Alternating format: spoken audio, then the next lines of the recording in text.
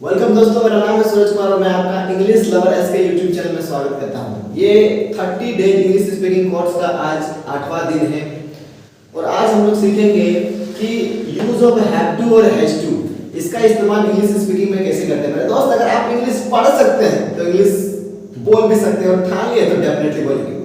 आपको करना क्या है? आपको करना है सिर्फ एक चीज कमेंट में लिखना है, जब तक बोलेंगे नहीं तब तक छोड़ेंगे नहीं। तो चलिए जानते हैं कि कैसे हम लोग हैव टू और हैज टू का इस्तेमाल करके इंग्लिश को बोल सकते हैं। तो सबसे पहले इससे जो स्ट्रक्चर बहुत सारा है बना हुआ है जो इंग्लिश स्पीकिंग में यूज होता है। सबसे पहले जानेंगे कि इसमें सब्जेक्ट क्या होता है। तो सब्जेक्ट क्या होता है? जो सेंटेंस को लीड करता है उसको सब्जेक्ट बोलते हैं। जैसे आई, वी, यू, दे और द बॉयज, ये सारे लोगों के साथ हम लोग हैव का इस्तेमाल करेंगे, यानी हैव टू का इस्तेमाल करेंगे। उसके अलावा ही, सी, राम, माय फादर, यानी जो सिंगुलर होगा आई को सिर्फ छोड़ के उसके साथ हम लोग हैज टू का इस्तेमाल करेंगे। तो स्ट्रक्चर है subject plus have to, has to plus verb one, ये पोजीशन स्ट्रक्चर। उसके बाद में नेगेटिव स्ट्रक्चर में क्या है? Subject plus haven't to, hasn't to plus verb one. Interrogative जब क्या से स्टार्ट होता है तो सीधे उसमें व्हाट नहीं लगा देना है। हैव और हैज को उसको बाहर निकालना है। Have to, have, has plus subject plus to plus verb one. Interrogative plus negative मतलब क्या प्लस नहीं, तो हैवंट पहले रखेंगे या फिर हैजंट रखेंगे, उसके बाद सब्जेक्ट फिर टू फिर वर्ब वन। WH, इसमें WH में आ जाता है क्या? जैसे हाउ, व्हेन, हु, वेयर, ये सब आ जाता है WH में। WH plus have, has plus subject plus to plus verb one. अब आप सोच रहे हैं वर्ब वन क्या है? तो वर्ब वन जैसे ये गो है, गो वर्ब वन है, ईट वर्ब वन है, टीच वर्ब वन है, कुक वर्ब वन है, रन वर्ब वन है। अगर वर्ब वन में आपका वर्ब फॉर्म्स में आपको दिक्कत है तो वर्ब फॉर्म्स का सीरीज मैंने एक स्टार्ट किया, उसमें जाइए। बहुत सारे top 50 verb form series, top 10 verb form series, बहुत सारे वर्ब फॉर्म्स की सीरीज हैं जिनको आप देख के बहुत सारे वर्ब फॉर्म्स सीख सकते हैं और उनका इस्तेमाल आप स्पोकन इंग्लिश में कर सकते हैं। तो आखिर सेंटेंस बने कैसे? हैव टू और हैज टू का इस्तेमाल करना पड़ता है, करना होता है, मजबूरी को दर्शाने के लिए किया जाता है। जैसे मुझे जाना पड़ता है, मुझे जाना पड़ता है।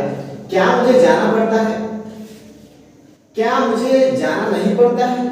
क्या मुझे जाना पड़ता है या फिर क्या मुझे कहाँ जाना पड़ता है? अगर आप इस तरह का सेंटेंस बोलना चाहते हैं तो ये सभी स्ट्रक्चर बहुत हेल्पफुल होंगे और इन्हीं के मदद से अभी हम इस तरह का बहुत सारा सेंटेंस क्रिएट करेंगे। जैसे आई, मुझे, गो मतलब जाना, मुझे जाना पड़ता है, बोलेंगे आई हैव टू गो, मुझे जाना पड़ता है, आई हैव टू गो। मुझे जाना नहीं पड़ता है, बोलेंगे आई हैवंट टू गो, मुझे जाना नहीं पड़ता, आई हैवंट टू गो।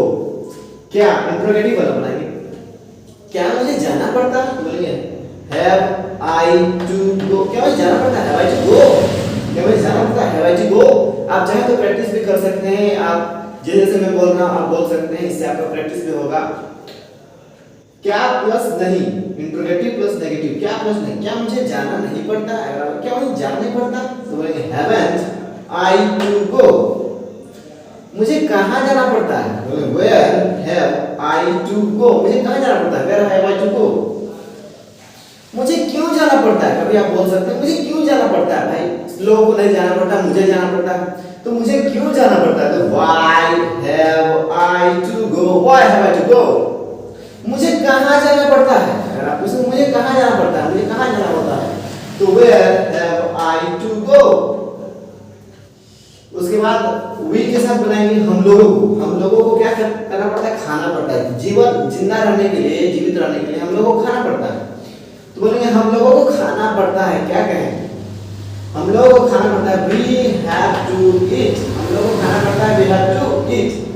हम लोगों को नहीं खाना पड़ता है, हम लोग चार्जिंग सिस्टम एक बार चार्ज किए हो गए, हम लोगों को नहीं खाना पड़ता है, we haven't to eat। क्या हम लोगों को खाना पड़ता है, तो बोलेंगे have we to eat। क्या हम लोगों को नहीं खाना पड़ता है, तो बोलेंगे haven't we to eat। उसके बाद बोले हम लोगों को क्या खाना पड़ता है, WH, हम लोगों को क्या खाना पड़ता है, तो what have to eat? हम लोग को कहाँ खाना पड़ता है? बोलेंगे where have we to eat? उसके बाद है दे के साथ, दे यू का आप बना सकते हैं खुद से। उसके बाद दे का बनाते हैं, दे मतलब होता है वे लोग, वे लोगों को पढ़ाना पड़ता है।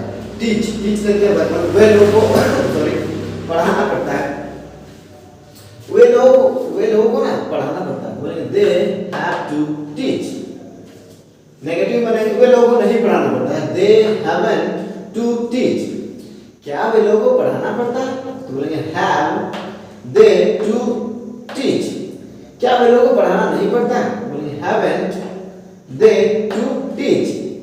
उन लोगों को कहाँ पढ़ाना पड़ता है? उन लोगों को कहाँ पढ़ाना पड़ता है? बोलेंगे where have they to teach।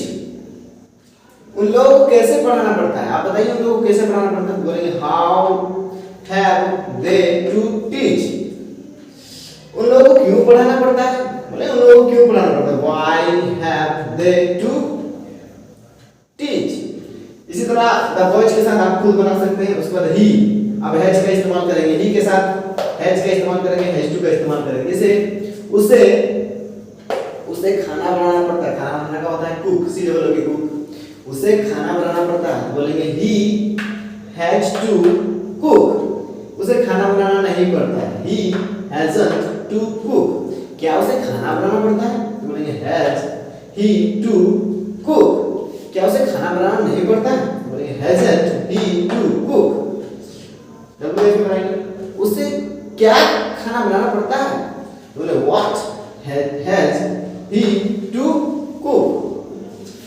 उसे क्यों खाना बनाना पड़ता है? जोमेटो से ऑर्डर कीजिए तो उसे क्यों खाना बनाना पड़ता है? बोलेंगे why has he to cook. तो इस तरह ही के साथ बना सकते हैं, सी के साथ बना सकते हैं, राम के साथ बनाते हैं। राम को दौड़ना पड़ता है, ठीक है? तो राम को दौड़ना पड़ता है, बोलेंगे Ram has to run. Ram को दौड़ना पड़ता है, राम हैज टू रन। नहीं, राम को दौड़ना नहीं पड़ता है, तो राम हैजंट टू रन। क्या राम को दौड़ना पड़ता है? बोलेंगे sorry has Ram to run. Ram को क्या दौड़ना नहीं पड़ता है? बोलेंगे hasn't Ram to run. W वाला बनाएंगे, राम को कहाँ दौड़ना पड़ता है? तो where has Ram to run. Ram को कैसे दौड़ना पड़ता है? तो how has Ram to run. Ram को क्यों दौड़ना पड़ता है? तो why has Ram to run. तो मेरे दोस्त इस तरह बहुत सारा सेंटेंस हम लोग बना सकते हैं। अगर सारा सब्जेक्ट के साथ अगर 10-10 सेंटेंस बनाए इस तरह सारे वर्ब के साथ, तो लगता है ये वीडियो 1 घंटा पार हो सकता है, 2 घंटा पार हो सकता है, आप काफी बोर हो सकते हैं। इसीलिए आप इस स्ट्रक्चर का स्क्रीनशॉट ले लीजिए और आप घर में खुद बहुत सारा, जब भी आपको टाइम मिले आप सेंटेंस को क्रिएट कीजिए, बनाइए और प्रैक्टिस कीजिए। मेरे दोस्त अगर आप इंग्लिश पढ़ सकते हैं तो इंग्लिश बोल भी सकते हैं। बस खुद पर, अपने सर पर और अपने इस चैनल पर ट्रस्ट कीजिएगा। मैं आपसे वादा करता हूँ कि एक दिन आप फ्लुएंट इंग्लिश स्पीकर बनेंगे। अगर चैनल में नए हैं तो सब्सक्राइब कीजिए, अपने दोस्तों के साथ शेयर कीजिए और एक इंग्लिश एनवायरनमेंट क्रिएट कीजिए, जिससे आपको जो भी टॉपिक दिया जाएगा आप अपने दोस्तों के साथ डिस्कस कर पाएंगे और आप बहुत जल्द एक फ्लुएंट इंग्लिश स्पीकर बन पाएंगे। Thanks for watching. जय हिंद, भारत माता की जय, वंदे मातरम।